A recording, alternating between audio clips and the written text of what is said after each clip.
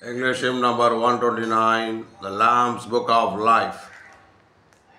In the kingdom of God, where the saints dwell in light, there the Father's crystal perfect order abides. From the bondage redeemed by the power of God's might, and this then shall flourish back to Eden's full tide. In the Lamb's Book of Life, in the Lamb's Book of Life, will your name be found written in the Lamb's Book of Life. When the Lord shall descend with reward for his bride, will your name be found written in the Lamb's Book of Life. In the kingdom of God shall the judgment be given to the saints who are perfect, by the truth sanctified. Them the angels shall serve, made us a glorious of heaven. When on earth shall be plenty, nations all sanctified. When on earth shall be plenty, nations all satisfied. In the Lamb's Book of Life, the Lamb's Book of Life, will your name be found written in the Lamb's Book of Life. When the Lord shall descend with rewards for his bride, will your name be found written in the Lamb's Book of Life. In the kingdom of God shall the sun be ashamed, and the moon be confounded, when Jehovah shall reign. With him all the saints, chosen, faithful, and named of the first resurrection, these are worthy to gain. In the Lamb's Book of Life, in the Lamb's Book of Life, will your name be found written in the Lamb's Book of Life. When the Lord shall descend with rewards for his bride, will your name be found written in the Lamb's Book of Life. In the kingdom of God, none shall ever say, I'm sick and in sorrow, all the tears wiped away. Then shall God be with man, everlasting this way. For him that overcometh this meek lowly way. In the Lamb's Book of Life, the Lamb's Book of Life, will your name be found written in the Lamb's Book of Life.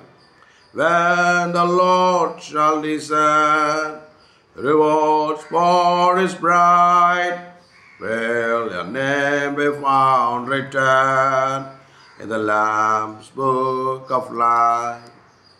in the kingdom of God, everlasting the joy, sign the ransom sweetly sing, for this praise, 1,000 years reign, he shall set and destroy, and shall on ill subjection serve the God of all grace. In the Lamb's book of life, the Lamb's book of life, will your name be found written. In the Lamb's book of life, when the Lord shall listen, reward for his bride, will your name be found written in the Lamb's book of life. Will your name found written in the Lamb's book of life. ஆகவே வேத வாசிப்பு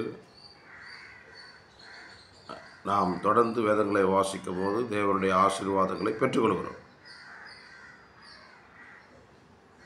தேவனுடைய பிள்ளைகள் தேவனுடைய வார்த்தையிலே அதிகமாக நாம் காணப்படும் போது அது ஒரு ஆசீர்வாதமாக காணப்படுகிறது.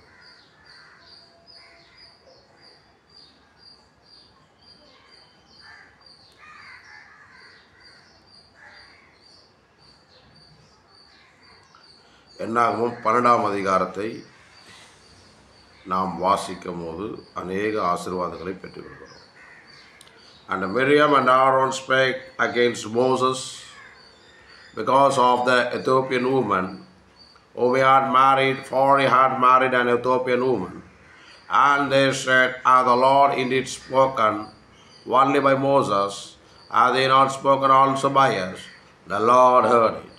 Now the man Moses was very meek above all the men which were upon the face of the earth. The Lord spake suddenly unto Moses, and unto Aaron, and unto Miriam, Come out ye three unto the tabernacle of the congregation. And they three came out. The Lord came down in the pillar of the cloud, and stood in the door of the tabernacle, and called Aaron and Miriam, and they both came forth. And he said, Hear now my word, if there be a prophet among you, I the Lord will make myself known unto him in a vision, and will speak unto him in a dream. My servant Moses is not so, who is faithful in all mine house. With him will I speak mouth to mouth, even apparently, and not in dark speeches, and the similitude of the Lord shall he behold. Wherefore then were you not afraid to speak against my servant Moses? The anger of the Lord was kindled against them, and he departed. The cloud departed from off the tabernacle, and behold, Miriam became leprous, white as snow. And Aaron looked at Miriam, and behold, she was leprous. And Aaron said unto Moses, Alas, my Lord, I beseech thee, lay not this sin upon us, wherein we have done foolishly, and wherein we have sinned. Let her not be as one dead, of whom the flesh is half consumed, when he cometh out of his mother's womb. And Moses cried unto the Lord, saying, Heal her now, O God, I beseech thee. The Lord spake unto Moses, If her father had but spit in her face, should she not be ashamed? 7 days let her be shut out from the camp 7 days, and after that let her be received in again. And Miriam was shut out from the camp 7 days, and the people journeyed not till Miriam was brought in again. And afterward the people removed from Hazeroth and pitched in the wilderness of Paran. கர்த்தருடைய பரிசுத்த நாமத்துக்கு மகிமை உண்டாகட்டும். தேவனுடைய வார்த்தைகளை வாசித்தோம். இயேசு கிறிஸ்து ராஜாதி ராஜா, கர்த்தாதி கர்த்தர், நேற்றும் என்றும் என்றும் மாறாதவர். அவருடைய எல்லா துதி மகிமை கனம் அவருக்கு குறியது. இங்கே பார்க்கிற வார்த்தைகள் மிக ஆச்சரியமான வார்த்தைகளாக காணப்படுகிறது. இங்கே Miriam Aaron ஸ்பேக் against Moses. Moses மோசேக்கு விரோதமாக இங்கே 2 மிரியாம் ஆரோனும் என்ன செய்தார்கள் என்றால் மோசேவை எதிர்த்து பேசிட்டார்கள். Because Moses Ethiopian woman whom he had married. Ethiopia நாட்டு ஒரு ஸ்திரீயை மோசே திருமணம் செய்ததுனால மீரியாவும் ஆரோன் என்ன செய்கிறாங்கன்னா மோசேக்கு விரோதமாக பேசுகிறார்கள். ஆனால் இதை நீங்கள் என்னாகவும் 12ஆம் அதிகாரத்தில் வாசிச்சிங்கன்னா அநேக காரியங்கள் சொல்லப்பட்டிருக்கிறது. இன்றைக்கும் உலகத்தில் பார்த்தீங்கன்னா ஆண்டவருக்கு விரோதமாக பேசுகிற கூட்டத்தார் உண்டு. ஆனால் ஒன்று மாத்திரம் சொல்கிறேன், மனிதனிடத்தில் குறை பார்க்கலாம், இயேசுக்கிட்ட குறையே கண்டுபிடிக்க முடியாது. இயேசு ராஜாவுக்கிட்ட எந்த தவறுமே அவர் குறையே சொல்ல முடியும்.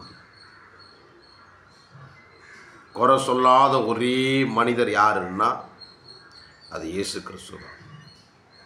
மனிதர்கள் சிலர் உண்மையாக இருப்பாங்க, சிலர் உண்மையாக இருக்க மாட்டாங்க, அது வேற பகுதி. ஆனால் இயேசு கிறிஸ்துவிடத்தில் குறையில்லை. அவர் பரிசுத்தர், பாவம் அறியாதவர். அவர் 3ஆம் நாள் மரணம், பாவம் இல்லாதவர், பாவம் அறியாதவர். அவர் மரித்து 3ஆம் நாள் உயிர்த்தெழுந்தவர், தேவாதி தேவன். எல்லா உலகத்தில் பாவம் தப்பு செய்யாத மனிதனே கிடையாது. அது எவ்வளோ பெரிய ஆளாகிட்ட வாழ்க்கையில் தப்பு தவறுகள் வந்திருக்கும். அப்படி இல்லாத மனுஷனே கிடையாது. இயேசு கிறிஸ்து ஒருவர் மாத்திரம்தான் பாவம் இல்லாதவர். அவருடைய பிள்ளைகள், அவருடைய ஏற்றுக்கொண்ட பிள்ளைகள் அவரை போல சாயலாக மாறுகின்ற அநேகர் உண்டு, பரிசுத்தவான்கள் உண்டு. ஆனால் ஒரு பிறப்பிலிருந்து மரித்த வரைக்கும் குறையில்லாத மனிதர் ஒரே ஒருவர் இயேசு கிறிஸ்து. ஏன்னா அவர் தேவன், பிதாவின் ஒரே பிறகுமார், நானும் பிதாவும் ஒன்றாக இருக்கிறோம் என்று சொன்னார். அதனால்தான் மரணம் அவரை விழுங்க முடியவில்லை. இயேசு கிறிஸ்துனுடைய ஜீவியத்தை பார்த்தீங்கன்றால் அப்படி ஒரு மனிதன் இனிமேலும் வாழவும் முடியாது, பிறக்க போகிறதும் கிடையாது. அவ்வளோ ஒரு மகிமை. காரணம் என்ன? மனித குலத்தில் மனிதனாகவே இறங்கி வந்த தேவாதி தேவன், அவர் கர்த்தாதி கர்த்தர். அந்த இயேசு ராஜாவிடத்தில் நாம் போயிட்டு நம்முடைய சுய நீதியெல்லாம் அங்கே பேசி கொண்டிருக்க முடியாது. அவருடைய இரக்கத்தை நாம் பெற்றுக்கொள்ளும் போது நாம் ஆசீர்வாதங்களை பெற்றுக்கொள்ள முடியும். இங்கே பாருங்கள், 2 பேர் இரக்கத்தை தாழ்த்த ஊழியக்காருக்கு முன்பாக தாழ்த்தாமல் எதிர்த்து பேசுகிற ஒரு காரியம் அங்கே காணப்படுகிறது. அதனால் தேவனுடைய கோபாக்னை எவ்வளவு பயங்கரமாக இருக்கிறது. நீங்கள் என்னாகும் 12ஆம் அதிகாரம் 9ஆம் வசனத்தில் பயங்கரமான கோபாக்கனான தேவன் அங்கே போட்டிருக்குது. அந்த anger of the Lord was kindled against them and he departed. தேவனுடைய கோபாக்கனை மிக வைராக்கியமாக வந்து கொண்டிருந்தது. அவர்கள் கையில் குஷ்டரோகம் வந்ததாக சொல்லப்பட்டது. நீங்கள் அடுத்த வசனத்தில் படிங்க. ஆரோன் கெஞ்சிரான், ஐயா தெரியாமல் பண்ணிட்டேன், பாவத்தை எங்கள் தலைமையில் கருடாத, ஏதோ தெரியாமல் பேசிட்டோம், கையில் குஷ்டரோகம் வந்துடுச்சு, தயவுசெய்து எங்கள் எதுவும் பண்ணிடாத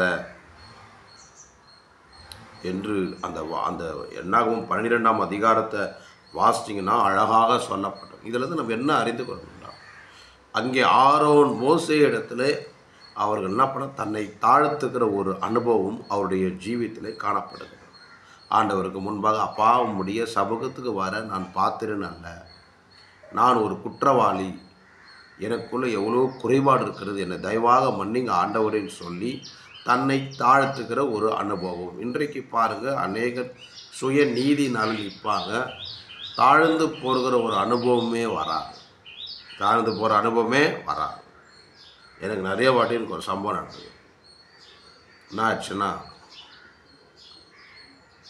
பக்கத்தில் ஒருத்தர் என்ன பண்ணால் நோட் புக்கில் லைட்டாக அப்படி கீறி பார்த்தான். எனக்கு கோபம் வந்து, ஏன்டா என் நோட் புக் கீறன்னு சொல்லி அவனோட்ட ஒரு கோடு போட்டான். நீ ஏன் பெருசாக போட்டேன்னு சொல்லி அவங்க கொஞ்சம் எக்ஸ்ட்ரா போட்டேன்.